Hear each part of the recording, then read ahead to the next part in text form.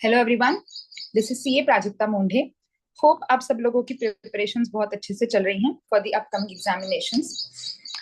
Now, in the last lectures, I have been discussing the statutory update, revision test papers for CA Inter, CA Final. Now, the next part that I'm going to discuss in today's video is the judicial update that has been released by the Institute for CA Final September 2025. Now, there are hardly 5 case laws, बहुत बड़ा नहीं है judicial update, so we'll be able to finish it up quickly. And also one more important thing that quite a lot of the case laws, so out of 3 case laws are similar of what they were there already in May 25. तो May 25 में मैंने जब भी judicial update का video release किया था, that I am sharing as a description box, in the link I am sharing in the description box below. So अगर आप लोगों ने ऑलरेडी May 25 का judicial update पढ़ा हुआ है, तो आपको इस वीडियो में सिर्फ वही एडिशनल केस लॉज मिल जाएंगे जो आपके लिए स्पेसिफिकली सितंबर 25 के लिए रिलीज करे गए हैं। ठीक है, so that will be something which will save your time, right? तो इसमें I am going to discuss only those 2 additional case laws which are given only for September 25. Also, even if you're attending it for the first time, मतलब पहली बार आप पढ़ रहे हो अगर, तो भी आपको ये बेनिफिट है कि अभी इस वीडियो में आपको वो हाईलाइट होगा कि हाँ, ये 2 केस लॉ स्पेसिफिकली हमारे अटेम्प्ट के लिए डाले गए, तो ये ज्यादा इंपॉर्टेंट हो सकते हैं। बाकी के जो 3 May 25 के लिए भी थे, वो भी आप ऑब्वियसली आपको देख के जाना है, वो भी आपके एग्जाम के लिए रेलेवेंट है, but these are specifically added for the September 25 attempt, right? चलिए, सो शुरुआत करते हैं। क्या दिया हुआ है सबसे पहले अपने को? PCIT and another versus Jupiter capital private limited 2025 का केस लॉ है, सुप्रीम कोर्ट केस लॉ है।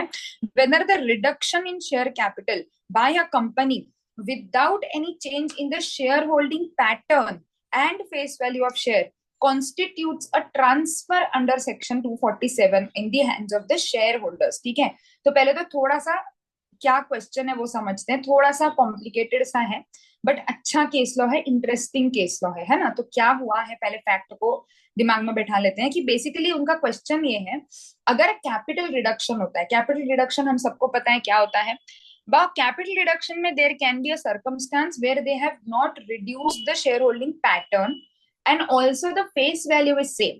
मतलब सपोज मेरे पास पहले 100 शेयर होल्डर्स थे, अभी भी मेरे पास 100 शेयर होल्डर्स हैं, परसेंटेज भी सेम है, बस सबके शेयर्स मैंने 15 शेयर्स कम कर दिए, या सबके मैंने 10 हजार शेयर्स कम कर दिए।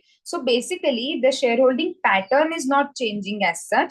And also if I talk about the face value, so even if the face value have not changed, okay, even though there is a capital reduction happening, I have not changed the face value as well. So इस case में जो share holder है, अब उसके पास अभी तक जो share capital थी, सपोज उसकी वैल्यू थी 10,000, अभी कैपिटल रिडक्शन हो गया तो ऑब्वियसली उस शेयर्स की वैल्यू नीचे चली गई, जो भी बदले में कंसिडरेशन वगैरह मिला होगा। But can I consider that this is a capital loss? That is the question. ठीक है, कि क्या इस ट्रांजैक्शन में कोई ट्रांसफर अट्रैक्ट हो रहा है? तो शुरुआत करते हैं, क्या बोला है? The assessee company held 15 lakh okay 15 crore 33 lakh 40,000 shares representing 99.88% of the total shares of an Indian company. ठीक है, तो वो कंपनी का एक इंडियन कंपनी में 99.88% शेयर था। That company incurred losses as a result of which the net worth got eroded, and petition filed by the company, the High Court ordered a reduction in the share capital from 15 crore 35 lakh 5,750 shares to 10,000 shares. तो अब मैं अगर facts पे जाऊं, 153505750 का 99.88% जो है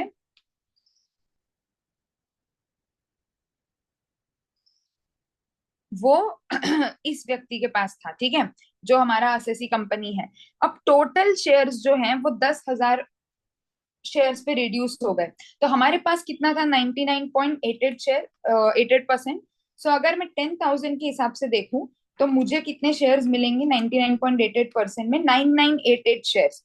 सो मेरे जो शेयर्स थे पहले, दैट गॉट रिड्यूस टू 9988, है ना? प्रोपोर्शनेटली जो कंपनी के टोटल शेयर्स हैं उसमें से भी 99.88% मेरा होगा। पहले भी मेरा उतना ही था, अभी भी मेरा उतना ही। तो शेयर होल्डिंग परसेंटेज में कोई चेंज नहीं हुआ है। पहले भी मेरे पास 99.88% शेयर्स थे कंपनी के, अभी भी मेरे पास 99.88% शेयर्स है कंपनी के, ठीक है, वहां पर कोई चेंज नहीं हुआ है। However the face value remain the same. तो यहाँ नंबर ऑफ शेयर्स कम हो गए, लेकिन परसेंटेज ऑफ होल्डिंग उतना ही है और फेस वैल्यू भी उतनी ही है।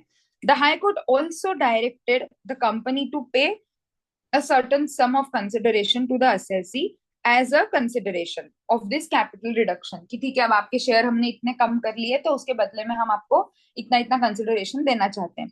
The assessee claimed long term capital loss occurred on the accrued on the reduction in share capital। उसने बोला हमारा लॉस हुआ है, मेरी शेयर वैल्यू इतने से गिर गई और उस कंसिडरेशन मुझे उतना मिला नहीं जितने के शेयर्स मेरे गए, सो मेरे शेयर्स कम हुए, right. So I will consider this as a capital loss. This is a transfer, and I have claimed a capital loss. However, assessing officer and the CIT appeal दोनों का कहना था कि नहीं नहीं, ये कोई capital loss नहीं, बिकॉज इसमें कोई ट्रांसफर ही नहीं है। ट्राइब्यूनल ने बोला कि नहीं, ट्रांसफर तो है। Tribunal reverse the order and high court also affirmed the order pass by the tribunal. High court ने भी बोला कि नहीं नहीं, ट्राइब्यूनल सही बोल रहा है। तो बात कहाँ पहुंची? सुप्रीम कोर्ट में। डिपार्टमेंट गए सुप्रीम कोर्ट में।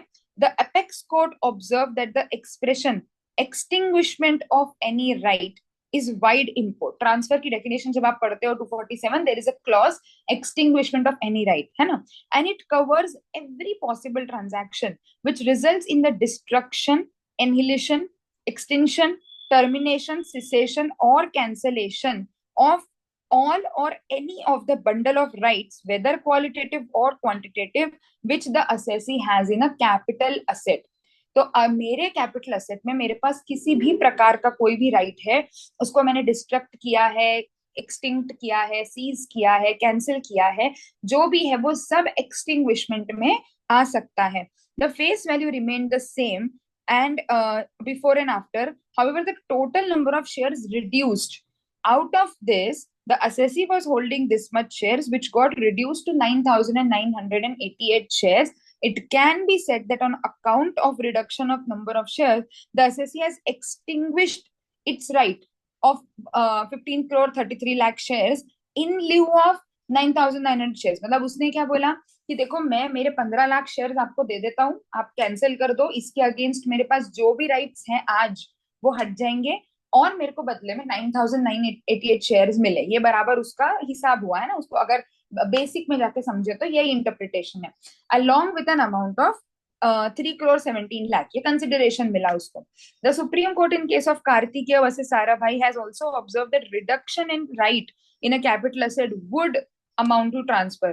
Sale is only one of the modes, so ultimately इसको ट्रांसफर तो माना जा सकता है। एंड अपेक्स कोर्ट हेल्ड कि ये ट्रांसफर है। Thus the capital loss arising on the proportionate reduction is admissible even if the overall shareholding is not changing। तो परसेंटेज शेयर होल्डिंग चेंज नहीं हुआ है, बट क्योंकि उसके नंबर ऑफ शेयर्स कम हो गए, ऑब्वियसली उसके राइट्स कम हुए हैं। आगे चल करके जब भी अगर कंपनी रिवाइव करती है और डिविडेंड वगैरह देगी तो वो उसका राइट तो गया ही है आगे चल करके। सो इन दैट पर्टिकुलर केस आपका लॉस जो है वो एडमिसिबल होगा, ठीक है। चलो, so this is first case law which is a new one. Next is DCIT versus Travel Designer India Private Limited, again a recent Supreme Court judgment, whether for the purpose of computing limitation period under section 143(2), 143(2 क्या है? Scrutiny notice, right? The relevant date is the date of filing original return or date of removal of defects, a very good case law। So basically इसमें क्या हुआ, SSC ने return file किया 139(1) में और return जो है वो डिफेक्टिव हो गया 139(9), ठीक है। डिफेक्टिव का इंटीमेशन आया अगले उसमें आया, फाइनेंशियल ईयर चेंज हो चुका था तब तक जुलाई 24 में, और उसको आपने डिफेक्ट वगैरह रेक्टिफाई करके दे दिया। Subsequently the assessing officer issued a notice on 11th June 2025, ठीक है। 143(2) मतलब 139(9) के बाद इशू किया उन्होंने। Assessee contended that 143(2) can be issued within 3 months from the end of the financial year। अब ये जो एक्चुअल केस है वो एक्चुअल केस पुराने प्रोविजंस के हिसाब से नीचे आपको दिया है फुटनोट में, तब डेट अलग हुआ करती थी, बट अभी हम लोगों को उन्होंने अंडरस्टैंडिंग के लिए चेंज करके दिए डेट्स वगैरह, और करंट जो प्रोविजंस हैं 143(2) वगैरह के वो डाल के दिए हैं, ठीक है। सो असेसी बोला कि भैया तुम्हारा 143(2) का टाइम लिमिट जा चुका है 3 months from the end of the financial year in which the return is furnished. तो रिटर्न जिस साल फर्निश हुआ उस फाइनेंशियल ईयर के 3 महीने के अंदर अंदर आप 143(2) दे सकते हो। ये टाइम बार्ड है, लिमिटेशन के बाहर है, हम इसके अगेंस्ट ये नहीं करेंगे, सबमिशन नहीं करेंगे। अब रिलेवेंट प्रोविजन क्या है? 139(1) mandates filing of return of income. 139(9) is basically just an opportunity कि तुम्हारा डिफेक्टिव हो गया है तो तुम इसको सुधार सकते हो और आपका रिटर्न रेक्टिफाई कर सकते हो। 143(2) क्या बोलता है कि आपको with in 3 months from the end of the financial year आपको देना पड़ेगा नोटिस ऑफ स्क्रूटनी अगर आपको असेसमेंट ओपन करना है तो। Since the return was defective, assessee was called upon two remove such defects. अब आपने रिमूव कर दिया डिफेक्ट, लेकिन रिटर्न तो पहले ही फाइल किया हुआ था, तो ये जो करेक्ट रिटर्न रहेगा that will date back to 29th November only, that is the original date of return. So consequently आपका लिमिटेशन टाइम पीरियड एक्सटेंड नहीं हो जाएगा कि चलो डिफेक्टिव रिटर्न है तो हमको आगे के एक्स्ट्रा टाइम मिल जाएगा, नहीं। You will get the time limit of you will have to see the time limit from the date of the return filing only. So 23 मतलब 23-24 फाइनेंशियल ईयर से 3 महीना, दैट इज अप्रैल मई जून, जून 24 के अंदर आपका नोटिस आ जाना चाहिए था, क्योंकि नोटिस उसने अगले साल पास किया। मतलब उसने टाइम लिमिट कहां से काउंट करी है? डिफेक्टिव रिटर्न वाले उससे काउंट करी है। That is not the correct way to calculate it, that will not be acceptable and hence this notice will be time barred and can not be sustained. So that has been held. Gujarat high court held that the notice shall be caused and set aside. It is of no use, it is irrelevant, and apex court dismissed the special leave petition in the present case. तो apex court ने बोला हम इसको case को dismiss करते हैं, ठीक है। So these are some of the case laws. These are the 2 case laws basically which have been brought in specifically for September 25.